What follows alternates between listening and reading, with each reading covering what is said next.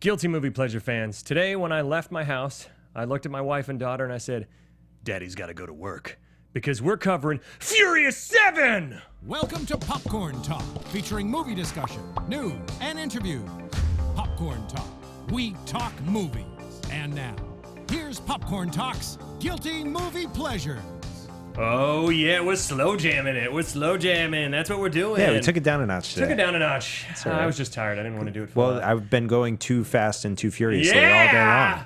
Ladies and gentlemen, boys and girls, do we have a fun show for you today? Because we are talking about, hands down, one of my favorite franchises. Put your hands down. Put them down, literally. The Fast and Furious franchise. Furious 7 specifically, which I think so far, obviously I haven't seen 8 yet, is the guiltiest of all in the best way. You haven't seen 9? You haven't seen 10? Which I anticipate will at some point be a real thing. They are. They're already listed on IMDb. They're planning up through 13 so far. So this movie, for me, I'll give well, first off, hey, I'm Ben Begley. I forget to do that every show, but you know that, all 10 of you that watch. And Jesse, can you tell them where can they find you? You can find me right here, Guilty Movie Pleasures. Jesse McIntosh, everybody. Jesse McIntosh. You can also find me on Twitter and Instagram at Too Much Jesse. At the Ben Begley, whatever. Anyways, we're going to talk about this. This is all I care about right now because, so I loved, like everybody, I loved the first Fast and Furious movie. I thought it was like basically Point Break with race cars. And Vin Diesel came on the scene with that. I'd only seen him in Saving Private Ryan before then. And he was great in that too. But then I skipped Too Fast, Too Furious because I heard it was kind of shitty. Although I ended up seeing it later and enjoyed it. Tokyo Drift, I remember renting and fast forwarding through because other than the race scenes, it's pretty shitty. You watched it too fast? I did. I watched it way too fast and I was really furious. Yeah. But that movie introduced us to Han, which is one of my favorite characters in the series, but killed him off in that movie. So they retcon it in Fast 5, which Fast 5 is like Ocean's 11 meets a Fast and Furious movie, and it is fucking awesome. And then Fast and Furious 6 is completely just... It really got back to, for me, the street racing with the action elements. And then this one is like an even more heightened version of that, where Fast and Furious 6 had some ridiculousness, but the silliest moment of that movie is when Dom tackles Letty and saves her, and Superman flies across the bridge and crashes into another car. And she goes, "How did you know that car was going to be there to save us?" And he goes, "I didn't." And the whole audience laughed their asses off. But that was like the silliest moment. This movie... just this part alone where the car launches through 3 towers in Dubai. They do it twice, as Paul Walker corrects. Yeah, it was actually 3 buildings. Yeah, it was actually 3. This movie heightens it, but to me, this franchise can do no wrong because they don't take themselves too seriously. They have a really fun ensemble, and it's just you go in there to have a blast and to unplug. And yes, it is a guilty movie franchise, but it's a guilty movie franchise that clearly works because they make billions of dollars and they're really critically well received as well. This got, I think, 79% on Rotten Tomatoes, which is crazy for a movie that shoots a car through buildings. Yeah. Now that I gave you the entire rundown, because I wanted to rush through that so we can get to this movie, I saw it in theaters. I loved it. I cried my eyes out at the end because it's a really touching way they say goodbye to Paul Walker, which was super tragic. We won't dwell on that too much, but just... Paul Walker, we love you, we miss you, and rest in peace, brother. Jesse, what did you think about this? You haven't seen any of them, right? I saw the first one. I saw the first one a very long time ago. 2001. Around roundabouts 2001. Roundabouts. Yeah, in that general vicinity. I'm not going to nail it down to 2001. I don't want to commit. We're not in a court of law here, but I don't want to later be questioned on this and find out that no, it wasn't 2001. It was in the general area of 2001. Yeah, okay. But then I didn't see any of the rest of them because, like you, I heard Too Fast, Too Furious, and Tokyo Drift were no good. And what am I going to jump back into a series in the fourth? No, I would see it in progression. Yeah, the fourth one's decent. It's just to me, there's a little bit too much green screen stuff in some of the racing moments. So. Yeah. But so then I saw this for the first time, and so I talk a lot about some of the action movies that we see, like set rules in the beginning, and then if you break those rules, then that's when I get thrown out of the movie a little bit. But so much.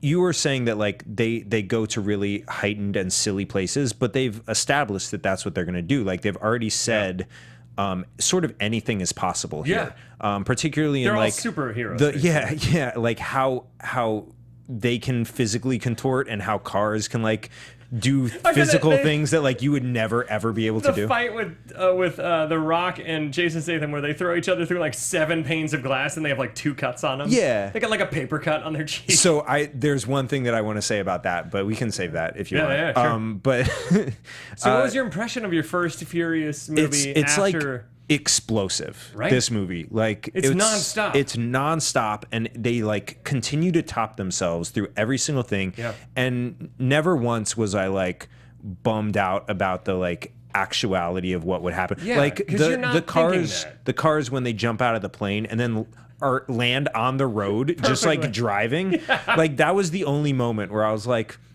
but like even then, it doesn't really matter. It doesn't matter because like, it's so fun. Yeah, yeah. So, so it was just a situation where like, and no pun intended, but it was just like buckle up and enjoy the ride, kind of. Look at that. Mm-hmm. Look at that. I'll bet that's a review somewhere because you know how reviewers reviewers like to get really punny with stuff. Yeah. Like, this franchise is nowhere near out of gas. Or when Pixels came out, they're like, not worth a quarter to replay. And you're like, oh, Jesus Christ. I really like that you did a Fast and Furious example, and your next example was Pixels. I just remember that. I remember that those reviews being super punny. That's all. That's why. Yeah. So you enjoyed it. That's great. I'm Yes. very happy to hear that because these are some of my favorite movies. Fast 5, 6, and 7 are just, I have watched them all multiple times and I just have a blast. And it's silly but still grounded in like the thing I found, especially rewatching Furious 7, is how much heart it's still grounded in, you know, with the fact that they assemble this family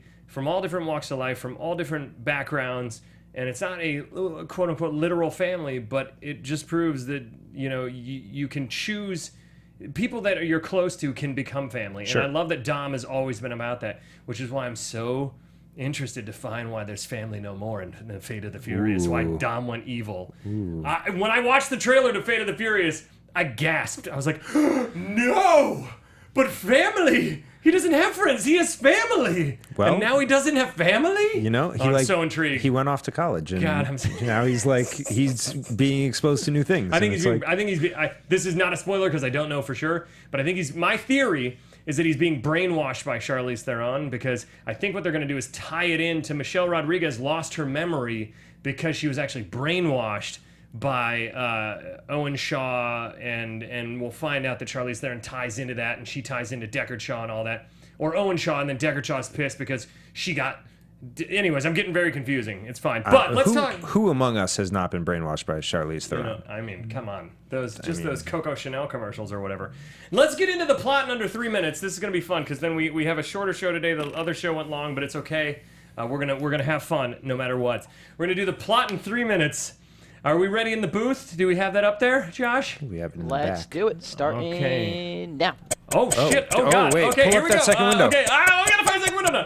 So we start off with the most badass intro ever to a villain, where Statham is talking to his brother, and he's like, "I'm gonna find whoever did this to you, and I'm gonna make him pay." And he walks out, and he's just caused havoc in this one shot with all these cops and all these people dead, and these vehicles exploded. It's like the hospital's Boom. burning down, but his brother's still in the hospital. Yeah, I was like, why are you destroying this you hospital? You should probably take your brother with you. Then we go to Dom and Letty. Letty still doesn't have her memory, so he takes her to Race Wars, where they invented it, and she wins, and then she gets freaked out because Iggy Azalea's there, and that would freak anybody out, and she punches a dude, and then he's like, damn, she's got a good hit. And then The Rock is finishing up his stuff, and he then Jason Statham comes in and is in his chair, and he's like, who the fuck are you? And then they have a fight, and Jason Statham blows up the police station. Amazing throwdown. Yep, and The Rock gets catapulted out of the police station. He saves the other police officer by jumping out and falling on top of another car. Yeah. And then he's out of commission for the rest of the movie. And then okay. And then there's a bomb. There's a bomb at Paul Walker's house. They kill Han, and then they blow up Paul Walker's house, and he's driving a minivan now, and he's kind of conflicted about family life. And then oh god. And then Kurt Russell shows up because at the funeral for Han, Jason Statham shows up, and he's like, and then Dom goes, and they're about to fight, and then Kurt Russell shows up and says, "Hey, I'm He's Mr. like, we want the same thing. Yeah, we both want to get Deckard Shaw. Guess what? There's this God's Eye, this hacker named Ramsey. You got to go there. There's this one specific place. If they go over the mountains, then we're screwed." So they parachute naturally out of. As you do. They parachute their cars down land. There's this amazing chase sequence.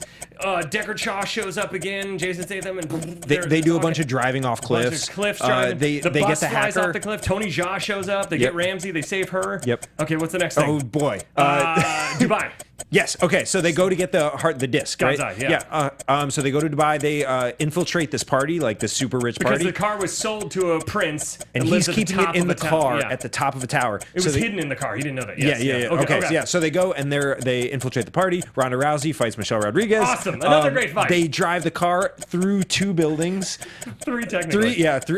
Through 3 buildings. And then they get the God's eye. Tyrese gets is that who gets it? Yeah. Or no. Paul Walker gets it. Yeah. And then they reconvene and they find out that oh shit. Okay, they find out where Deckard Shaw is and they go to L.A. and they want to get. And then Djimon Hounsou is there and we're fucking this up. Shootout in a warehouse and the bad guys get the God's eye right after the good guys got it. Okay, I'll just take us home. Here we go. So then the bad guys have the God's eye now. They're flying around in a helicopter with a drone and they're all in Los Angeles and they're gonna play a game of hot potato with Ramsey and she's hacking hacker. them. She's trying to hack him, but she has to be a certain distance away. And then there's a fight between Dom and Statham on top of a parking garage. They're hitting each other with wrenches and shit. And then The Rock comes out. Daddy's got to go to work. He gets the big Gatling gun, shoots up the helicopter and the drone. And then you have Ramsey being thrown from car to car. And she finally hacks him. They get the God's eye back. Mr. Nobody shows up. Everybody's cool. We think Dom's dead. He's alive. And then they're all. And then Paul Walker quits the game. They drive off. Whew, there's a lot. That is so much. I said before we started, so much happened in this movie. It was just nonstop. Did pretty good though. We did. You know what? I'm gonna do our sponsor this week. As of last week as well, we're we are sponsored this sponsored, week, guys, which means we are big time. I have an eyelash that's dancing in my eye, and it has nothing. I'm not getting emotional about our sponsor, although I'm very excited about it. The sponsor had nothing to do with Ben's affliction. No. I just want to point that out. We're sponsored by Blue Apron, which I don't know if you know this, but this is the #1 fresh ingredient delivery service in the country. Number one? God damn. Yeah, and they make home cooking an incredible and accessible experience to everybody. We talked about this last week, how they partnered up with 150 local farms, and all of their food is locally sourced, it's sustainable, it has low impact on the environment. It's pretty awesome, and how the studies have shown that cooking together makes your family bond. I know that my wife and I bond. She appreciates it when I make an effort and cook something, because without Blue Apron, I'm pretty terrible. I need, in general? At cooking. Oh, okay. In general, I was like, wow. Because what happens is Blue Apron gives you everything you need in specific, like, the ingredients. So they portion it out? Yeah, they portion everything out. That's awesome. So my problem is whenever I'm making something on my own, I'll just kind of go, yeah, that's a dab of something, and it messes it up. There's no waste. You don't have groceries you have to throw out like 3 weeks later because it's all gone bad. It just comes prepackaged, tells you exactly how to do it. All the meals, I think, are under like $10 per person, and it's like 40 minutes or less, I believe. That's amazing. 40 it sounds minutes or like less. Totally foolproof. It's foolproof, even for me, and I am terrible in the kitchen. Yeah, so there you go. Blue Apron can even turn a cook out of Ben Begley, and a chef even, dare I say. Wow, you just promoted yourself in the middle of this promo. So check out this week's menu and get your first 3 meals free. That's your first 3 meals free on us. Not on us, on Blue Apron. They're paying for it, not me. I don't get paid enough here. BlueApron.com/guilty. That's BlueApron.com/guilty. You'll love how it feels and how good it is and how all the food is scrumptious. Is there free shipping on that? There's free shipping as well. Yeah, it's all free. You can't get anything for free shipping. Because I don't know, what one did you try? I tried the baby broccoli and the fontina paninis. Those are pretty amazing. You know what I had recently? It was like a fish stew. It was like a tomato-based cod stew. And it was actually like, that's something that I would never, ever think to make. I'm getting and it was the cod so this delicious. week. I ordered my next 3 meals. I'm Nice. very Yeah. stoked about it. It It's really makes cooking so easy. Anyways, that's BlueApron.com/guilty. Blue Apron, a better way to cook. Now back to Furious 7, ladies and gentlemen. Get out of here. Okay, here we go. Okay, so let's get into this. I just want to keep moving through it because this movie has so much. First off, we already said this, but Statham's intro might be my favorite intro for a bad guy like ever. It's such a good, all in one take. Yeah. He's sitting there staring off, and then he's talking to his brother. There's like that vengeance there, and then just the tracking shot as he goes down the elevator, all the dead bodies and the carnage. Just destruction hands everywhere. the dude a grenade and is like, here, hold this. Explosions. So badass. I would like to know where he must have bought these grenades in bulk, because he has grenades for days. Hundreds of grenades. Grenades for days. It's incredible. Yeah, I think he just went Weapon to the of Costco choice. for grenades. Yeah, he must have. And then for him, the race wars scene I love because it harkened back to like the original Fast and Furious and the race wars that which, although taken out of context of the movie, Race Wars. calling it Race Wars sounds like a whole different, like, Charles Manson type, the Beatles are telling me this is going to happen. Yeah, it's a little... I shorthand was when I was, like, marking sound clips, I wrote Race Wars, and I went back, like, after I went back and looked at it, and I was like, Race Wars? Race Wars. In fact, actually, we have that clip. Can we play clip number 1? To come here? Come here. We invented it. Come on, man. And that's so much like... That sums up the franchise, man. They invented it. This kind of movie. Yeah, it's great. I love it because you're right. It's definitely like taking us back to the first one, just in like visually the way it looks, just how colorful it is, and all the slow motion butt cheek shots. Yeah, and like it's how like, many slow motion butt cheeks do you get in that? It's like a high school car wash, like one of those like coming of age stories where they're doing the charity car wash, and it's just like the cheerleaders like climbing on the cars. Like for some reason, it's that. I wondered what the girl who says, "Are you ready? Go!" I wrote down like, what's her day job? Right, you know, that super sexy tatted up girl who wore a skirt that just shows half her butt. Like, what's the day job on that? She wore the tattoo artist, model, stripper. No, I think that's her night job. What if she's like a lawyer? Yeah, you're right. What if she's like a lawyer or something? That'd be incredible. And I just go street race. That's a dangerous profession to have. To be the one. I would not. In between two cars that are speeding. I wonder how they decided on who got to be that one. Like, because there were a bunch of like bikini girls there, and they were like, we need someone with edge. Who has tattoos up and down their legs? All over ribs too? That's painful. Yeah. Well, that's painful. Anyways, she made a choice. So we realize that Letty's having PTSD. She's not quite used to this yet. Iggy Azalea pops up for about a second. Yeah, Iggy Azalea, and then also that dude from Training Day. Which I think he's in one of the other ones. I can't remember now. I'm pretty sure. He's like... I'm forgetting now. I'm pretty sure he just has the same character name in every movie that he does. It's like Hector. Yeah.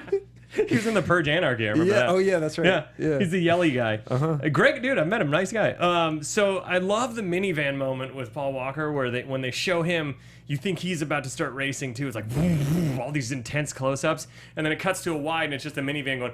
Boop. Yeah. And he's like, "All right, get out." And this is something I read that was really funny. Somebody had mentioned where he's trying to figure out how to open the door, and he's having trouble, like, oh, I don't know how to do it because it's a minivan. But later on when he's in the bus and there's like the dangerous situation, he immediately knows how to do that. So it's he caught on. He was like, he did. You're right. He learned from his minivan mistake. He started researching other ways to open doors other than Googled it. Yeah, Googled it. He goes, you never know what kind of vehicle. You never know. It might be in a bus. I'm expanding my horizons. You know, they did know that they were carrying Ramsey in a bus. Maybe everybody Googled how to open it, given the chance that they might end up in it as it's going off a cliff. It would have been and the only way out is the door. Yeah, it would have been good information. Yeah.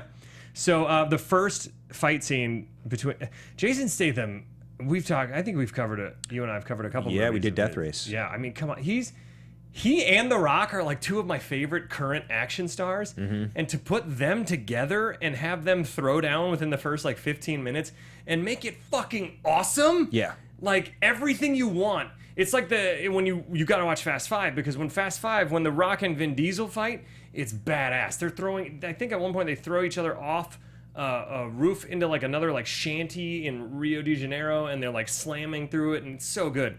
But this one ups it where just the shots, even like when he body slams him and the camera turns with him, and or oh fuck, he slams him onto the glass table. Then Jason Statham cuts The Rock's legs, pulls down the fluorescent light on his head, and he falls over and then grabs the gun, and it's just like they throw each other through about 7 glass windows. It's glass. Insane. Glass is just there to be shattered in this movie. That's the only reason anything is glass. Like The Rock has a nick here, and Statham has no cuts. Right. Well, so this is like where the movie established, and obviously, like if you watch the series, they establish right away that like crazy shit's gonna happen.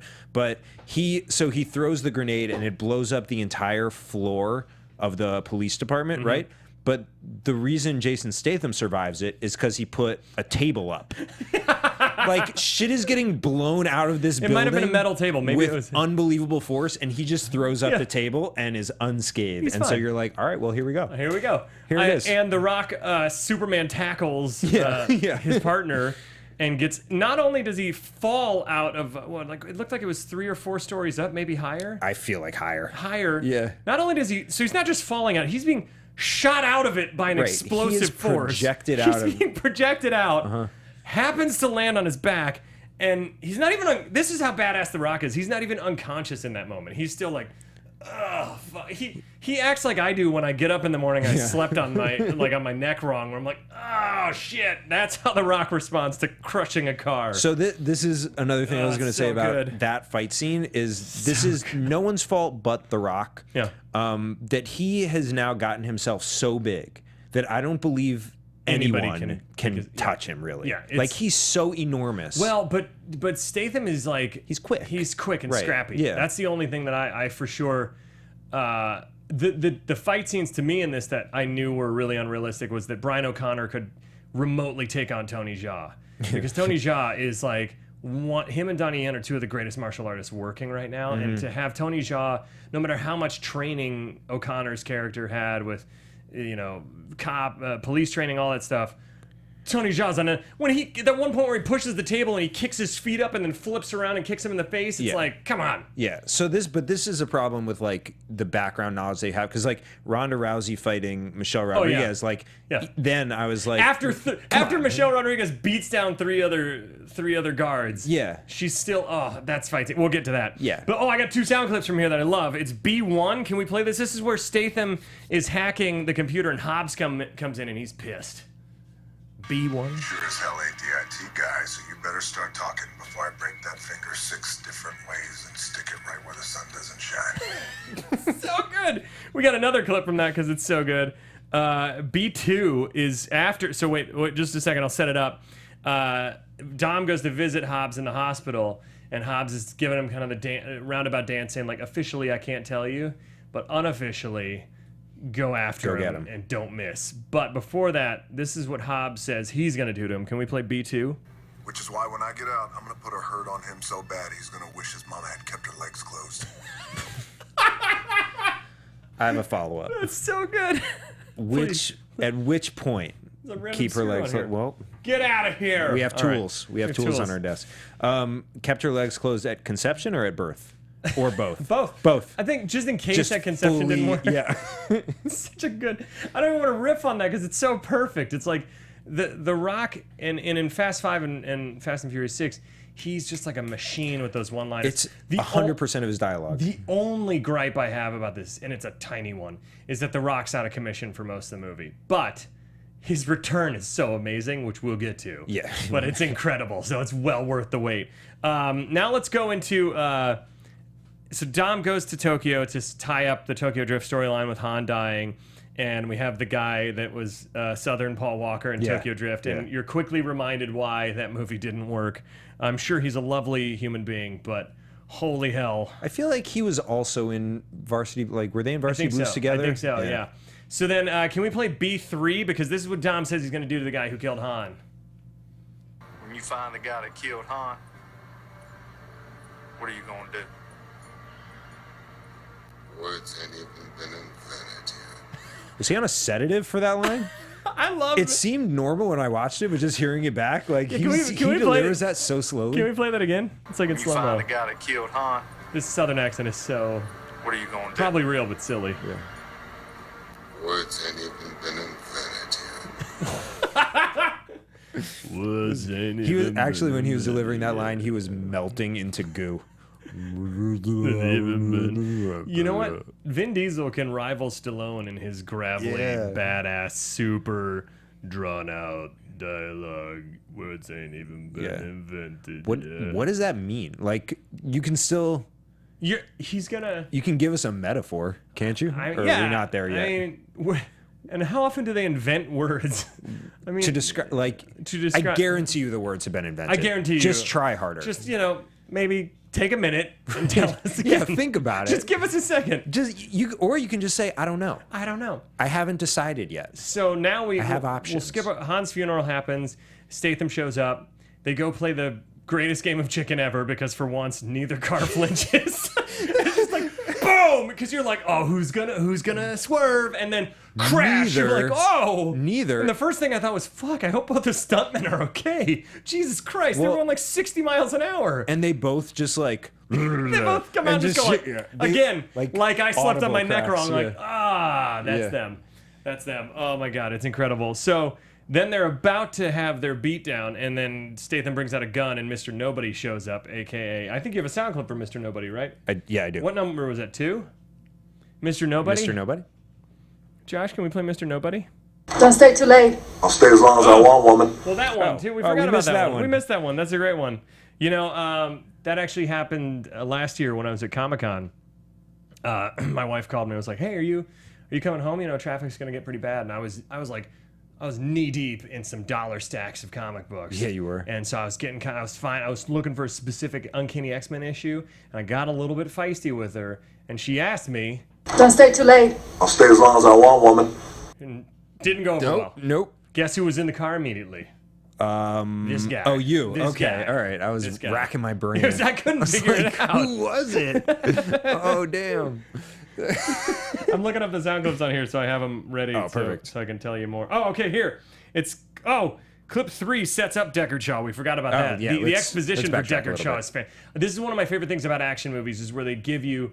This movie is great about making their super overt exposition really fun. Yeah. Where it's like, here's exactly why we're going to this next action set piece. I'm going to tell you everything so that while we're there, you can just check out and have a blast. And it's usually like, they didn't do it so much in this one, but it's usually over some like montage of them like Yeah. going to, or like Yeah. seeing the things that they're talking about. And It's so good. choice. Can we play clip number 3? Deckard Shaw, British Special Forces assassin. The kind of unique asset that no government would ever admit to employing. Black Ops boys. Worse, they created a monster. They felt Shaw was a necessary evil until eventually they decided he was unnecessary. Come on. How good is that? Unnecessary evil until eventually they thought he was unnecessary. I just totally fucked it up. Vin Diesel, out of context, when you're not watching him, Yeah. sounds like a monster. Like his voice is so intimidating and like gravelly. It's like it's jarring out of It's context. a little bit, was he Groot? He was Groot. Yeah. So it feels I like, am Groot. yeah, that almost like it feels like he's prepping for that right prepping for now. that. It's sort of Groot. like Tom Hardy. Now he can only do Tom his, Hardy only does weird voices now and everything. but he used to talk normal. Yeah, he I don't used know to. what happened to him. Dark Knight Rises. Yeah. I'm from Hardy. Right, but now he only does that. He only does weird voices now. He's oh god. But don't get me wrong, I love Vin Diesel. I'm a huge Vin Diesel fan. I love the last XXX movie, which was kind of like a poor man's Fast and Furious, but still, it's fun. So I did want Yeah, to say, please. because I texted you this earlier, I heard that Timothy Oliphant was offered Yeah. the Dom role, and he turned it down. Did you know that originally Rob Cohen, I read this on IMDb, the original casting was supposed to be Mario Lopez as Dom and Mark Paul Gosselaar as O'Connor. Well, I don't have a problem with that. And the producer or Saved by the the Bell? studio said it might confuse the audience. This series would have been so silly if it was Zach and AC Slater being like, can you imagine AC Slater being like, doesn't matter if you win by an inch or a mile, winning is winning. Look at my dimples. I mean, it's just like, I gotta go to host Access Hollywood now. It's like, come on. There'd be a lot more high-fiving. Oh in God! this Don't get me movie. wrong. I love Mark Paul Gosselaar and AC and Mario and Lopez AC Slater. And AC I Slater. don't love Mario Lopez. I love He AC will Slater. always be AC Slater. So now let's do the Mr. Nobody. This is when Kurt Russell shows up and he's this super secret agent guy. Can we play Mr. Nobody clip number? Me, I'm just a guy. I'm Mr. Nobody. Oh, all right. Wow. Mr. Nobody. Mr. That's literally all we learn about him. Yeah. And it's so good because now it's that classic action cliche where they bring in the bad guys to help for the greater good, kind of like what Suicide Squad was trying to do and thought they were really original doing, but they weren't. Anyways, I didn't hate Suicide Squad. I just didn't like it that much. But so the parachuting car moment, Ludacris and Tyrese, Tej and Roman have amazing banter throughout this It's the series. best. It's so fun. And the fact that Roman is like this blowhard, thinks he's such a hotshot, and then when push comes to shove is a real big wuss. Yeah. And then everybody calls him on it is so fun because otherwise his character would just be kind of an arrogant prick. But because he has that vulnerability of being a giant wuss, and he's the only one that doesn't want to parachute out, and they already pre-rigged the chute to throw They knew him that out. he wasn't going to do it. It's so good. But so we actually have the Tyrese exposition. So Oh, this yeah, is yeah. this is Tyrese explaining the entire history of his character. Yep. You done? No, I'm not done. So you all wanted me to break into a police station. Yeah, I remember that. Fine. Then you asked me to stop a tank. Yep, I wasn't happy about it, but I did it. Then you came up with this brilliant idea to shoot down one of the largest airplanes ever. I shot that shit out the sky. Fast and Furious 6, yep. But this right here, my friend, happens to be the stupidest idea I've ever heard of in my life. I forgot that you were the only one to bring the plane down. No. The only thing I've ever seen him take down was No Knees Denise. No Knees Remember? Denise. The prom? Really, Brian? Yeah. You gonna do that right here? So y'all trying to get me off my point. All I'm saying is, I'm tired of everybody around me making all the decisions. It's so good because that's clearly the filmmakers being like, we realize this idea is fucking crazy, yes, but go with us because it's gonna be awesome. Yes. And they're self-aware, but not to the point where it's like winking to the audience too much. I feel like, you know, it works within the realm of the ensemble without feeling like it never verges on parody or spoof of an action movie to me ever. Right. I mean, they do it a couple of times in this movie where they're like, all right, we have to extract something from impossible circumstances. Yeah. How are we going to do this? But I feel like these were just sort of elaborate ruses to get throwing the cars out of the plane and B, jumping the cars from buildings, right? Because those are the two times where they're like... That whole chase sequence with the bus and Deckard Shaw showing up and them like treacherously going around these bends with cliffs and the machine guns that come out of the bus and start blowing away everybody, which, by the way, I love that he's like, it's armor-piercing rounds, and yet nobody even gets like grazed by a bullet in it. It's so amazing. But the one thing I did write down about this is...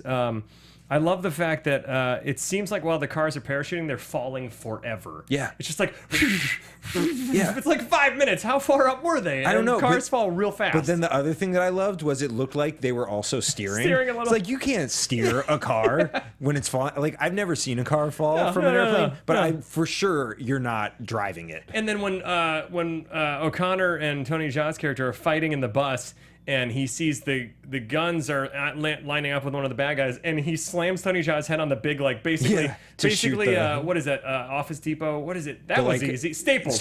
It's like a big Staples button for the machine gun. Like, that was easy. Waste that car. And then when they go off the cliff, that scene's so epic with the bus careening towards... And where Paul Walker's in the bus and he runs off it in slow motion, and Letty just happens. There's so many moments in this where characters happen to show up at the exact perfect moment, and it makes me giggle every time. It's so fun when she she drifts basically, and he jumps off and grabs onto the back, and then she kind of just flings him off. Right. Well, so it's not only that she showed up at the exact right time, but she knew, like, there's no way she can see him, right? Because he's on the other side of the cliff. She knows to drift right into that spot. They have a hive mind, all of them. You know, it's all about the familia. Family, La Familia. It's so. And then Dom, when he's cornered by Djimon Hounsou's character, I forget his name in it, but and his idea, he spins like 4 donuts, and you're like, oh, this is because he's trying to get up power, and then he just stops. Yep. And you're like, oh. Interesting. So that was just to like kick up some dust and look cool for a second. Yeah. And then what's the plan? Go off the cliff. Drive off the cliff. Which, by the way, the fact that he survives that, but then we're worried. This is what really bothered me when I first saw it. The fact that he easily survives falling off a cliff and rolling down like 700 times. Yeah. But then his car falls like 3 flights in a parking garage, and everybody's like, Dom! And he's like pseudo dead for a moment until Michelle Rodriguez's tears bring him back to life. Well, I think the difference is he like souped that car up. He did. The other one was be just able a to normal withstand. car. Like and for some concrete reason, fell on top of it. Yeah, like he knew that he was going to drive off the cliff. I guess. Yeah. He wanted the bastard stepchild or love child of these two, those two, or whatever he said. But so the one thing that I wanted to hit, or the demonic love child. Before we move on, I texted you yesterday. Do you is this remember what when I bothered texted you? Yeah. No, it's before this. We missed it already. What bothered you? If I were to hand you a beer, Ben, how would you grab that beer? Oh, he grabbed it up top. He strangles the top of the beer when always he grabs did that in all the movies. That's so weird. Has he never held a bottle before in his life? Because he grabs the beer. That bothered you so much. And I like had to rewatch it because I was like, did I miss this? If I'm pretty sure he always grabbed beers from the first one on. So he he tucks the beer in between his thumb and his finger, and he strangles it. He drinks it like a caveman. And then he's like, he holds his hand on level with the lip and just he likes to get a little salt from the sweat of his hand on it, you know, because everybody's always perspiring in these movies. He doesn't need salt on the Corona. That's so weird.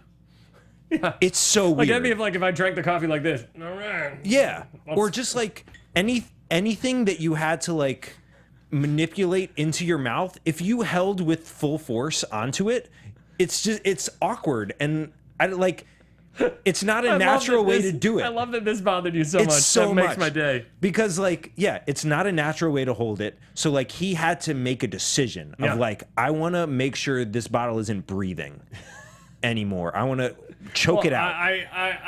I'm glad that I finally know what bothered you so much. I took a still image and I'm gonna post it tonight. Please do. It was so, yeah. Do we need to have a therapy session about this? I think that was very cathartic for me. Okay, cool. Yeah. So we meet Ramses, and she's Khaleesi's second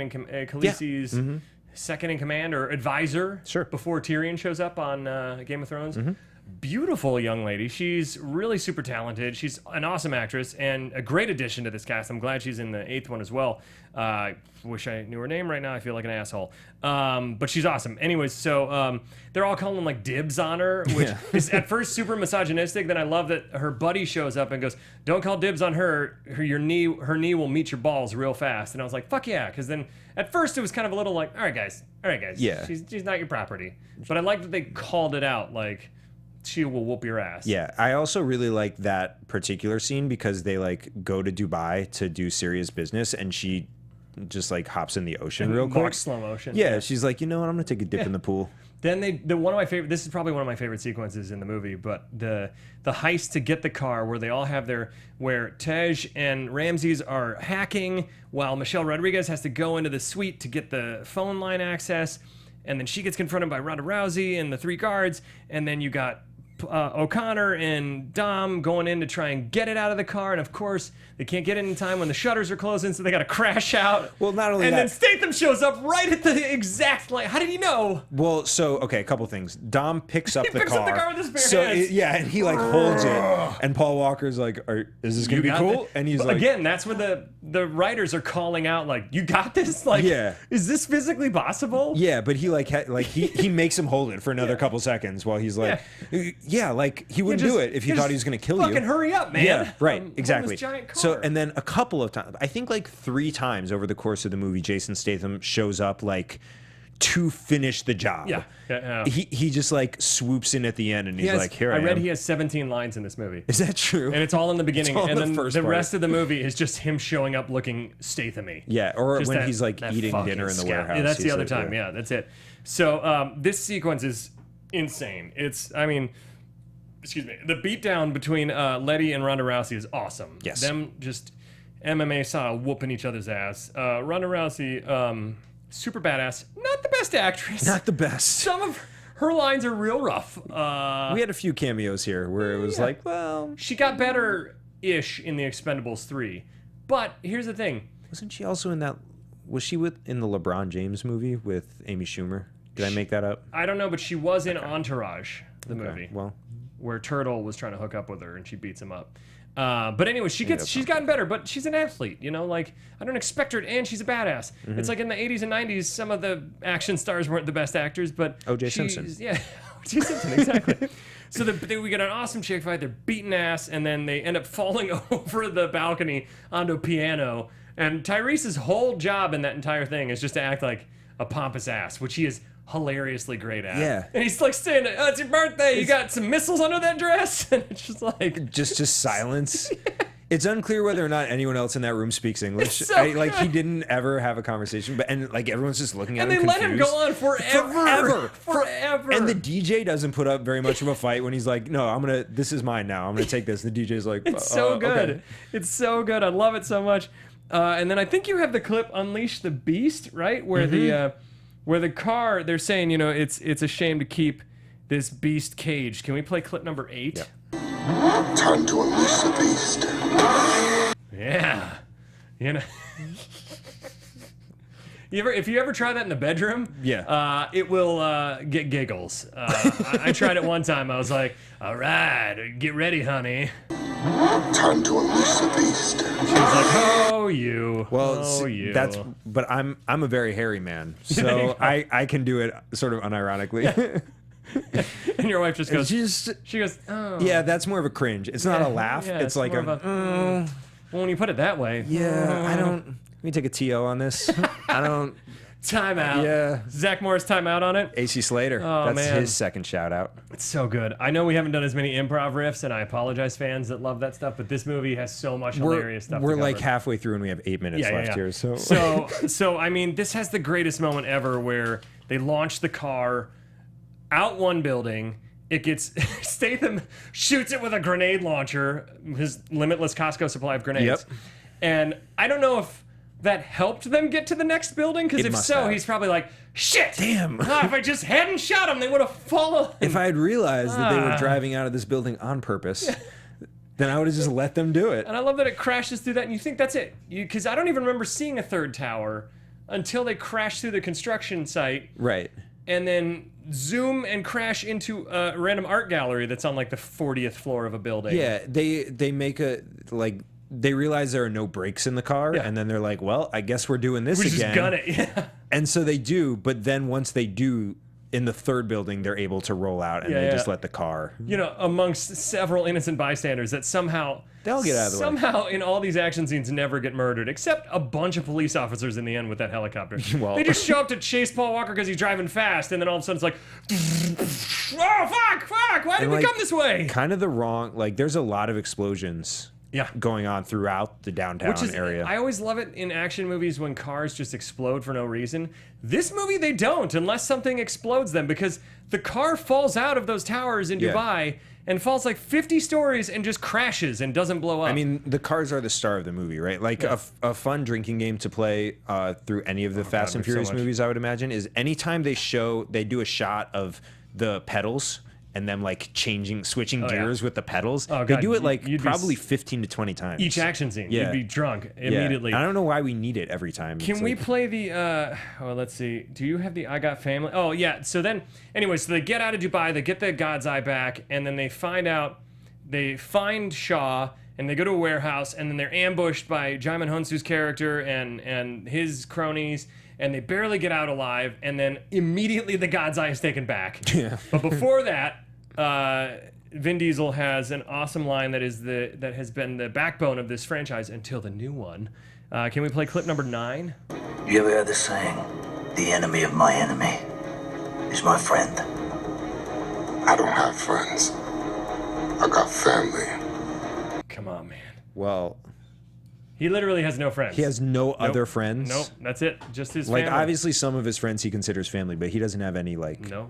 He's not on Facebook, and like the guy he went to high school with. If you pass the friend test, like if you become family. You become family. So like if you friend request Dominic Toretto, he'll sit on that for a while. He'll decide. But once he decides to confirm you, you're familia. They should family.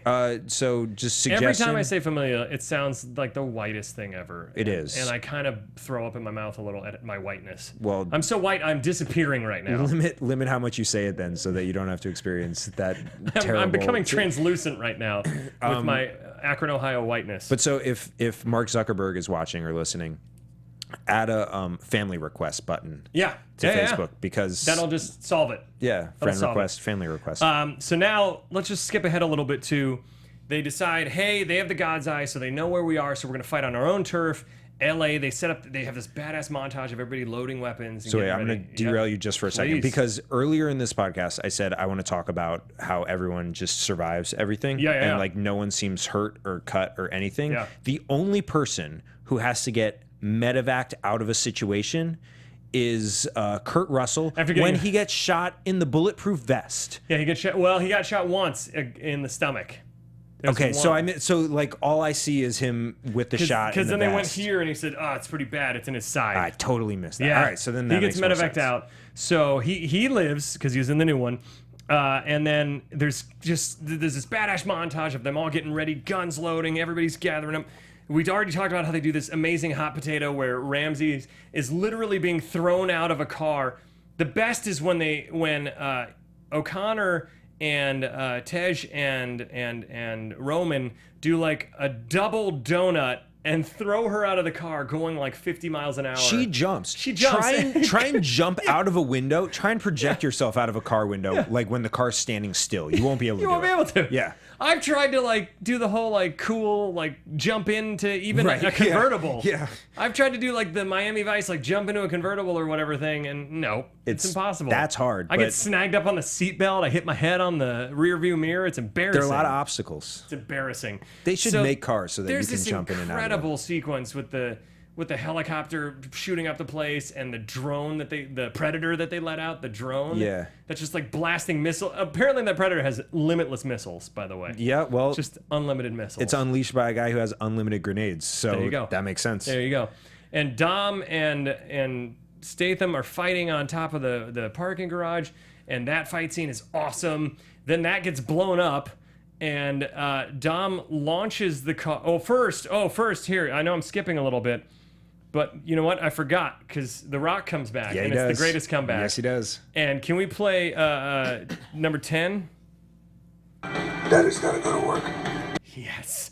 Then he flexes his cast off. He flexes the cast off. And then he's not hindered by the broken arm for the rest of the movie. My favorite part about that Rock moment, not that particular moment, but when he's in the hospital, like looking at what's going on, a satellite gets exploded and falls down, and he looks out the window and he goes, Toretto. like, you silly Toretto. Toretto. But so then I want to hit a few more points because we're running out of time. Yes, please. But so The Rock doesn't show up again until a few minutes later, where the hot potatoes happen, and Ramses is now in the car with Michelle Rodriguez, Letty, and they're driving, and the drone is hot on their tail, and it's like one last missile, and they're gonna be dead. And then out of nowhere, they're in a tunnel. The Rock is driving an ambulance and goes, "Ah!" and crashes through, and somehow he perfectly lands on the drone. Like, could you imagine if he did that big gesture and then the drone flew and he was like, "Ah, shit! Damn it!" He perfectly lands on this super fast drone. The Looney Tunes version of Fast and Furious, where and then he like suspends in midair, and he's like, there's just a cloud after him. So he crushes this drone. The drone was about to fire a missile, so the missile blows up, and he gets out unscathed. Well, he's The Rock. He's The Rock. Nothing can defeat The Rock. And he picks up. Well, first then he picks up the Gatling gun that was part of the drone, and he goes after the helicopter, and he's just mowing down the helicopter as the helicopter is trying to blow up the parking structure with Shaw and Dom on it. Then Dom, can we play the... That's 12, I think. Yeah. Can we play clip number 12? Thing about street fights, the street always wins. And then all Dom has to do to finish off Statham is do a really cool stomp. He stomps. And the park and everything just shut, except where Dom's standing. He's cool. Well, I mean, he's the stomper. Then he gets in the car, and in kind of an homage to Transporter 2, launches his car up a perfectly formed ramp from the explosion. And he's like to himself, he's like, don't miss. Because that's what The Rock told him, and he's like, I don't want to let you down. Yeah. And then you don't know what happened, and then his car crashes, and they're like, Dom, no! And then you find out he hooked one of the bags of limitless grenades to the bottom of the helicopter. But decided not to pull the pin in any of the grenades. So it requires The Rock to hit the bag, which he happens to He was giving The Rock a layup because The Rock he alley-ooped The Rock. Yeah, he alley-ooped The Rock, yeah. And so then The Rock blows up the helicopter, and it's incredible. And they're all worried Dom's dead, and he's not, because Letty remembers everything, and her tears bring him back to life. Yeah, kind of. She's like, "Stop the Heimlich! Stop doing CPR! I just want to whisper nice things." If I hug him and cry, he'll come back. That's a Disney movie ending. We have no time, so I want to 0 seconds. Say one last thing. Then my last sound clip I want to play is B4. This is when The Rock puts Statham in this maximum security prison with machine guns lined up. Can we play B4? You do know none of this will keep me right. Well, once you dig through 38 feet of concrete and steel, my fist and a body bag will be waiting for you on the other side. So I suggest you get to digging, boy. My fist and a body bag. Oh, this movie's so great. And I, not to dwell on the sadness of it, but they do a really touching way of sending off Brian O'Connor, Paul Walker's character, by letting him choose family, his actual family in the movie, and his son and his wife over the bullets, because that's a whole theme they keep talking about, is that like it's too dangerous. He has a kid now, And I cried my face off in the theater when this happened. It was so beautifully done. They took a scene from one of the old movies, and it's just a really touching moment between him and Vin Diesel at the end. And then that song by Wiz Khalifa and Charlie Puth plays that it's been a long time without you, my friend. And it's just like I lost it. But it's such a beautiful way to end such a fun movie, and I'm so glad they didn't do something as tacky as like I knew they would never kill him off in the movie. So I honestly, and not to like keep pushing this here, but I didn't know. And what I had heard from everyone was that they cried their eyes out in the theater. So you thought maybe and so I was worried, like they don't have equity with me, the Furious franchise, so I didn't know like how they would handle it. Yeah. And I was really worried every time he went into danger. I was like, because they set it up. Please don't do this. That phone call with his wife, they set it up like he's gonna. And I just thought it was such a beautiful way, and it was really well done. It's really sad what happened to him, and you know our thoughts are with his family, and I know that his friends and everybody in the Fate of the Furious are missing him on this movie, but I think that the movie's going to be amazing, and this movie was incredible. And what I want you guys to do, because we're out of time, is tweet at us. I put up a poll on Guilty Movie Guys. What's your favorite Fast and Furious movie? I'm counting from 1, skipping 2, 3, and 4, and doing 5, 6, and 7, and then let us know when you see 8 how it ranks for you. I'm going to try and check it out this weekend in IMAX or Dolby Cinema, the only way to see something that massive. I can't wait for the submarine coming out in the Arctic. That looks incredible. But until next time, where can they... Oh, yeah, what are you I was just going to say, also tell us what you thought of Pixels. Yeah, tell us what you thought of Pixels. Yeah, where can they find you, Jesse? You can find me again at Too Much Jesse on Instagram and on Twitter. Check out The Prom Losers for a sketch. Yeah, I'm at the Ben Begley on Twitter and Instagram. At Guilty Movie Guys is our handle, and at Funhouse Mass is the Funhouse Massacres handle, the movie my wife and I wrote. We got some other things in the works. We're getting some funding together, so I'll keep you posted on that. But until then, it's top secret. And ladies and gentlemen, this has been Furious 7. Until next week, what is your guilty movie pleasure? Producers Maria Menounos, Kevin Undergaro, Phil Svitek, and the entire Popcorn Talk Network, we would like to thank you for tuning in. For questions or comments, be sure to visit popcorntalk.com. I'm Sir Richard Wentworth, and this has been a presentation of the Popcorn Talk Network. The views expressed herein are those of the hosts only and do not necessarily reflect the views of the Popcorn Talk Network or its owners or principals.